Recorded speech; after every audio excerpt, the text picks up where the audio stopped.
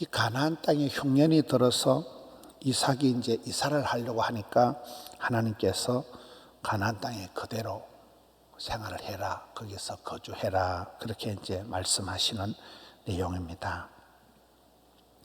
1절에 봅시다. 아브라함 때 첫 흉년이 들었더니 그 땅에 또 흉년이 들매. 약속의 땅 아브라함에도 이 가나안 땅에도 흉년이 드는 거예요. 하나님의 택한 백성, 복 있는 사람에게도 어려움이 오는 거예요. 인생엔 여러분 누구든지 풍년이 오고 흉년이 오고 불경기가 있고 호경기가 있고, 아브라함 때 흉년이 들더니만 또 흉년이 들었다. 지금 코로나가 해를 넘기면서 2년째, 3년째 지금 코로나가 이렇게 계속 어려움을 당하고 있습니다. 성경에 지진이다, 기근이다, 흉년이다, 연병이다, 전쟁이다, 이런 것은 다 독특한 그런 의미가 있을 때 나타나는 거잖아요. 여러분 7년 대기근 때, 그때 요셉이 형님들을 만나는 거거든요. 7년 대기근이라는 그런 심각한 입에 풀칠을 하기 힘든 그 위기의 때에 하나님의 그 섭리는 오히려 가족을 상봉을 시키는, 요셉의 가족들이 오히려 만나게 되는 이런 역사가 벌어집니다. 그런 어떤 흉년이다, 이런 전쟁이다, 기근이다, 이런 일들을 통해서 하나님께서 이렇게 판을 흔드시는 거예요. 하나의 그 국민을 바꾸시는 거예요. 역사의 어떤 그런 틀을, 새 판을 짜시는, 그럴 때 이런 일들이 생깁니다. 흉년이 들매 1절에 이삭이 거랄로 가서 블레셋 왕 아비멜렉에게 이르렀더니, 이 거랄 골짜기다, 블레셋이다, 이거는 이제 적진이거든요. 블레셋은 지금까지 이스라엘과 원수가 되어 싸우는 게 이 팔레스타인이 블레셋에서 나온 단어거든요. 이 이삭이 적진 한복판으로 들어가서 거기서 이제 농사를 하게 되는 겁니다. 이삭은 약해 빠졌지만은 이제 이 말씀을 보면 이게 전공법으로 나가는 거예요. 피한다고, 도망간다고, 이사 간다고 되는 게 아니고, 우리가 고린도전서 10장 31절에 보면 시험은 감당해라, 환난은 벗어난다, 문제는 해결해라, 막힌 것은 돌파해라, 고비는 넘어가라. 여기 거랄로, 블레셋 골짜기로, 적진 한복판으로 이제 들어갑니다. 2절에 보면 하나님께서 이삭에게 애굽으로 내려가지 말라, 내가 네게 지시하는 땅에 거주하라.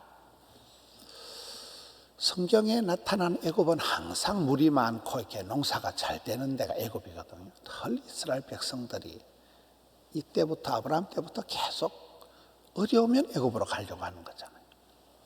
하나님은 가지 말라는 거예요.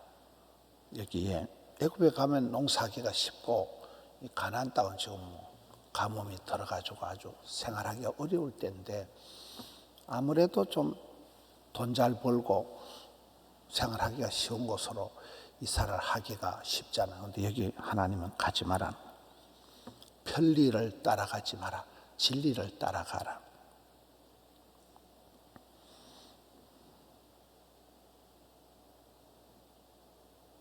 하나님께서 이곳에 있으면 내가 너희들에게 복을 주겠다. 그것을 이제 아브라함 때부터 쭉 하는 그 약속을 상기시키는데, 5절을 보겠습니다. 이는 아브라함이 내 말을 순종하고 내 명령, 내 계명, 내 율례, 내 법도를 지켰기 때문이다.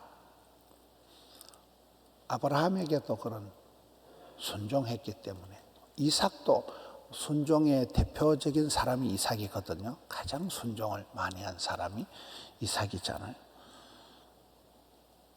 강용호 박사 가정의 가훈이다. 순종하면 쓰임받고 지키고 행하면 복받는다.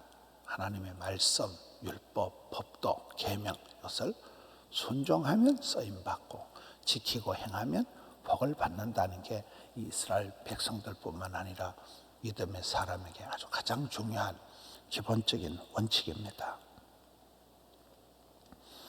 이제 그곳에서 살면서 7절부터 문제가 생기는데 7절 그곳 사람들이 그의 아내에 대하여 물으니까 누이라 하니까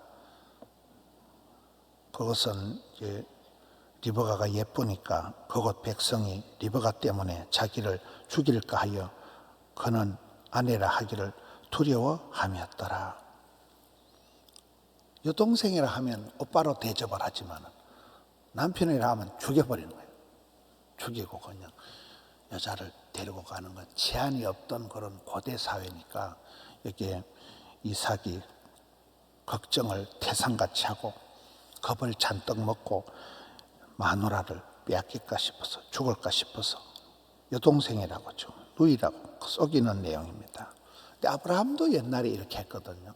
이 참 부전자전이라 아브라함 천하의 아브라함도 이렇게 거짓말을 하고 또 여기 이삭도 잔뜩 겁을 먹고는 거짓말을 하는 그런 아버지와 아들의 똑같은 이렇게 그런 모습이 나옵니다. 천하의 아브라함도 그렇고 사람이 이렇게 겁을 먹고 나면 두려움에 빠지고 나면 정신을 못 차리는 거예요. 성경에 두려워 말라, 놀라지 말라, 무서워 말라 계속 그런 말씀을 하시잖아요. 천하의 아브라함도 천하의 이삭도 이 어떤 위협, 생명의 위협 앞에서는 쩔쩔매는 거예요. 이것을 이제 이 사실을 알게 된 블레셋 왕 아비멜렉이 이삭과 리브가를 보호를 하지요. 11절에 보면 아비멜렉이 이에 모든 백성에게 명해서 이 이삭이나 그의 와이프를 범하는 자는 반드시 죽인다 하면서 특별히 보호를 합니다. 그러니까 이삭은 겁쟁이지만은 하나님께서 이방 왕을 통해 가지고 피할 길을 열어주시는 그런 내용입니다. 이삭이 뭐 막 스스로 쟁취하고 막 스스로 보호하고 이런 건 아니고 하나님께서 피할 길을 열어서 보호해 주시는 그런 내용입니다. 우리가 어려움을 당할 때 하나님이 환난을 벗어나게 하신다. 피할 길을 열어주신다. 악에서 구해주신다. 고통의 때를 줄여주신다. 이것도 하나님의 구원의 한 방법이거든요. 우리가 아브라함도 실수를 하고 이삭도 이런 거짓말을 똑같이 한다고 할 때 신앙에 모범을 보여야 되겠다.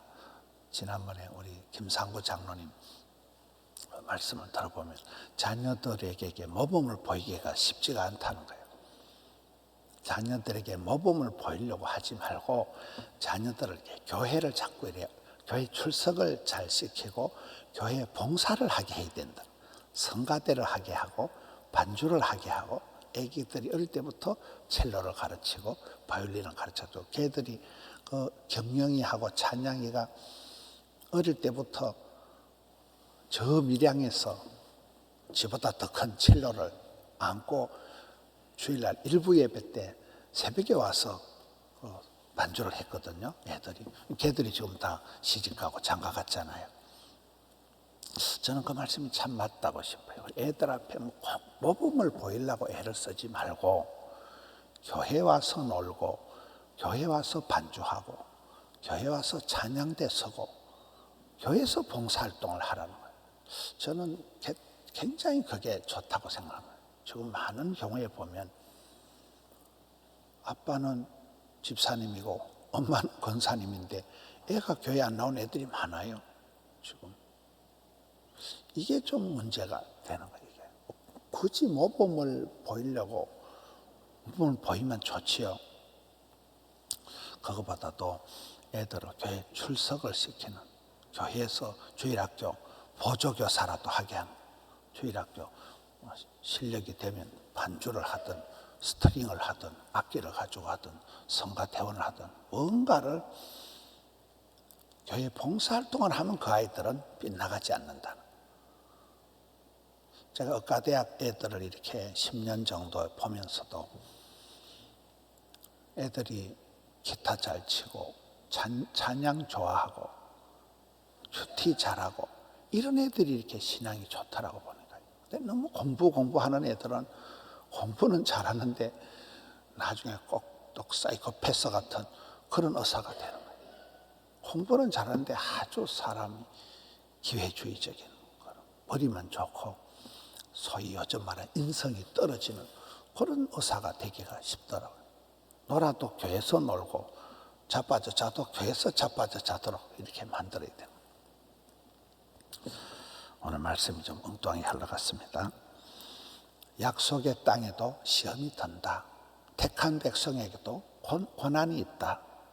아브라함 때도 그랬고 이삭 때도 그랬고 이게 큰 흉년이 들어서 할 수 없이 먹고 살라고 이제 이사를 가야 되는데 편한 곳, 농사 짓기 쉬운 애굽 땅은 가지 말라는 거예요.